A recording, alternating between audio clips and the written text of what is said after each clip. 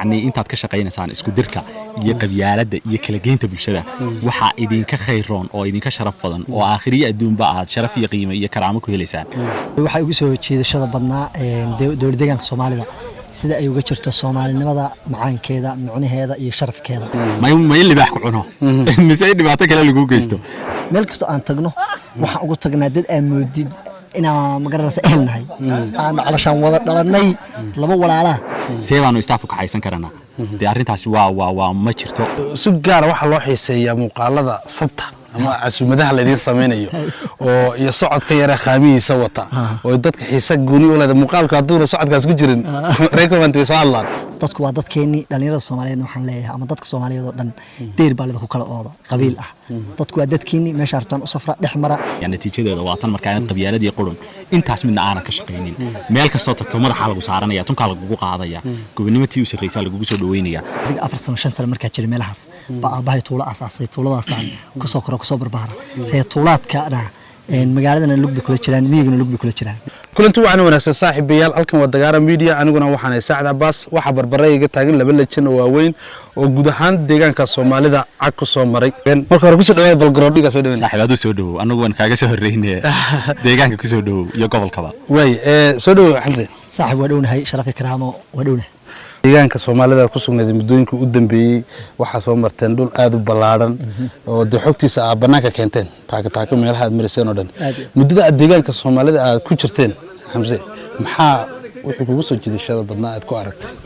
waxa ugu soo jiidashada badnaa dowlad deegaanka Soomaalida sida ay uga jirto Soomaalinimada macaankeeda macnaheeda iyo sharafkeeda baa igu cajiibsanayd sida meel kasto aan tagno maamuus kale oo sharaf talo noo soo dhaweynay sida anagoo waligeena cagaheena ina anagu geed fuul lama ahaan dhulka ay ka kicin korna la kugu qaatay taas aan noogu la yaabanayd waan wax cajiib ah runtii aan bogaadinayno waa dad Soomaaliyeed ba u nimid dadkeena u nimid waan ku faraxsanahay runtii wax cajiib oo aan ilaawi doonin bin noo noqoto si guud marka dowlad deegaanka markii kugu horeeyay timaad adigu anigu marba waxa ay aflaatay dhamaadkiisii jigjiga markiina waa ka laabtay isla markiiba oo Soomaaliland ayaa ku laabtay xagaas ba awal markii hore ka soo galo keen waka way xariir aan soo noqdo xariir safarada soo gelisay hadda biladan baad Soomaaliland ku jirtaa way safaradaasi maxaa kugu soo jiiday ama kugu xiisaha badnaa dhinta dhul iyo saacad aad baa mahadsan tahay anaga aniga Xamsi horta safarkayga intii aan wada soconay buu xiisa lahaa ayaan deegaanka Soomaalida marinay si guud ma aragtay gobonimada dadka iyo soo dhaweynta sida Xamsi oo sheegay ayaa anaga noogu yaabka badnayd iyo sidoo kale dadkeenu afka iyo dhaqanka marka la eegayo inta waa iskaga mid laakiin waxyaabo yar oo lagu kala duwan yahay baa jira waxyaabahaasina aad weyn oo xiiso gelinaya aad waa daawanaysay intoona la qaaday in geedkii qadada noogu diyaarsanay la geeyay in ma aragtay bunkii waa daawanayseen waxaan ku gobonimo badan ma ka tirsanaa deegaankan dhex marinay aad iyo aadna waa mahadsantahay maxay yihiin meelaha sheekooyinka kugu xisaab badan isleedahay dowlad deegaanka marka ka noqotid maskaxdaada wali kama bixi doonaan meel kasta oo aan tagaa horta xiisa gaar ah aniga igu lahayd sababtoo ah anigu weligay jigjiga ma soo dhaafin deegaanka Soomaalida waan imid laakiin jigjiga dhanna uma dhaafin hadda muddo 22 maalmooda ayaa safarkayagan kii hore iska daa ayaanu safarkayagan ku dhex maranaa deegaanka Soomaalida maalin kasta xiisaheeda lahayd Soomaad garan marka deegaan kasta oo aan tagno iyo meel kasta oo aan tagno xiisaheeda lahayd waxaan ku yiri gobonnimadeeda iyo wanaageeda lahayd soo dhaweynteeda lahayd jacaylkeeda lahayd wax la ilaawi karana maaha marka dhamaantood isku soo wada duuduub maalin kasta yaabkeeda wadatay saaxiibayaal waxaan ku sugannahay maanta Laanjano gurdhaamul maxaa ku aragtay Xamse gurdhaamul waxaan ku aragnay soo dhaweyn qurux badan shaalashaan hadda u jirto gabdhaha noo saaran haddana la gudoonsiiyay sidoo kale neef geelo neef weyn la yiraahdo halkan lagu qala marka inta aanu joognayna waxaan maleeynaa laba habeen baan joognay iyo laba maalmood si gobonimo leh oo sharaf loo milgale ayaa noo soo dhaweeyay meel kasta aan tagnana dowlad deegaanka Soomaaliya sida ayaa noo soo dhaweeyay qurux badan waxaan gurdhaamul ku aragnay deegaan qurux badan iyo dad goba marka ilaa iyo haddana waad arkaysaa gobonimadu way socotaa neef weyn oo geela baan maanta halkan ma aragtay ku dilay wixii Ilaahay kaaga caafimaadna waad cunto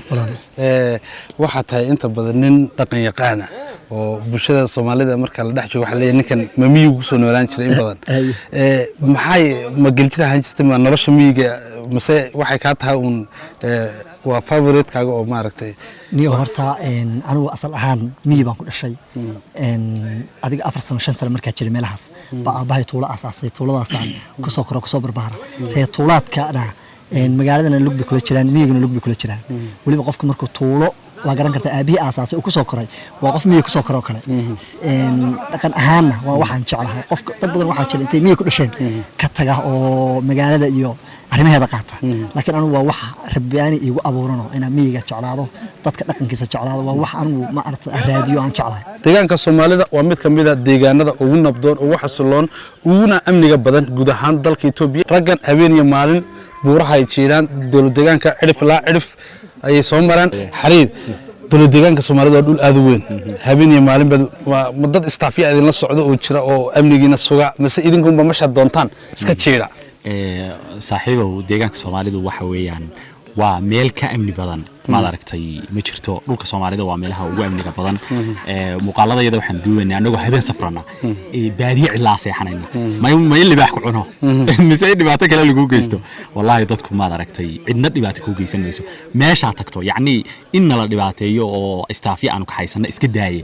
yacni hadda meeshaanu maraynaa la qabanaya casuumad iyo hilib baa la idin diyaarinaya fadhiista baa la leeyahay marka anagoo saa ma aragtay dadku noo jecel yihiin ay saa noola socdaan seebaanu istaaf ka haysan karana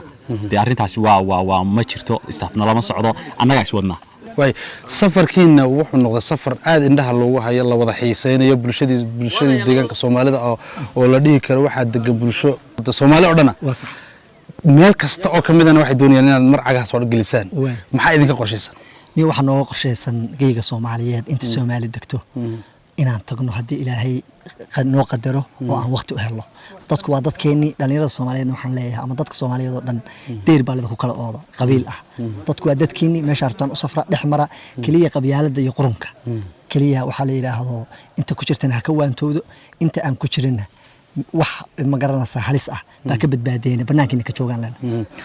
si gaar waxa loo xiiseeyaa muuqaalada sabta ama casuumadaha la idin sameeyo oo iyo socodka yara qaamiisa wata oo dadka xiisa gooni u leedahay muuqaalka haduu socodkaas ku jirin recommend way saalaan waan la socdaa inta badan mashina maxalladii dhalinyarta ee taageera ee idin daawanaya ee muuqaaladiina aad ka xiisa galiyaan maxaa fariin u gudbin lahayd waxa u gudbinayaan horta waxa dadku u xiiseynayaan muuqaaladeena iyo barnaamijyadeena iyo waxa naloo soo dhaweynaya waxa weeye inaan dadka u sibanahay inaanan qoqob iyo qabyaalad aan gelin hadii aad ku koobnaataan oo calashaan idinku wax wanaaga soo gudbisaan dadku waa idin jeclaanayaan meel kasto aan tagno waxa ugu tagnaa dad aan moodid inaan magaranaysa ehelnahay aan calashaan wada dhalanay laba walaala ama ur wada seexday oo kale calashaan qaraabo soke baa meel kasta ugu tagnaa tagana sidii naloo soo dhaweynaya calashaan noo ku sii gogolayo noo sharfayo marka taasi waxa keenay haddii aad iska ilaalisid waxyaabaha ma aragtay bulshada dhibta u keenaya wanaaggan aad ka shaqaysid dadku waa ku jeclaanayaan waana diiniyan boo sideedaba wax khayr markaa fashid dadku waa hooyo aabi ku noqonayaan aad ma santa ugu dambeyn waraysiga si dheereemadana soo gabagabeynaya xariir fariinta aad u gudbin lahayd maxay tahay bulshada wallahi fariinta gudbinta bulshada u gudbin lahaa waliba dhalinyarada fariinta u diri lahaa oo lahaa yacni intaad ka shaqaynaysaan isku dirka iyo qabyaalada iyo kala geynta bulshada waxa idinka khayroon oo idinka sharaf badan oo aakhiriya adduunba aad sharaf iyo qiimo iyo karaamo ku helaysaan in maad aragtay dadkiina aydan kala xigsan waxaan ku wadi meel kasta saana la idinka soo dhaweynaya natiijadeeda waa tan markaa qabyaalada iyo qurun intaas midna aanan ka shaqaynin meel kasta tagto madaxa lagu saaranaya tunka lagu qaadaya gobonnimadii u sarreeyay lagu soo dhaweynaya marka dhalinyaradeenna yacni dadka isku dira adduunkana sharaf kuma lihid يعني آخرنا ما دركتي هل كي لهيك وجيو ما دركتي أنا الأمانة بتجسا مركا أنت أصلا بقول الله. وهي هذه بما سيهين ورث جني كوبنا أنت سينكسو جبنا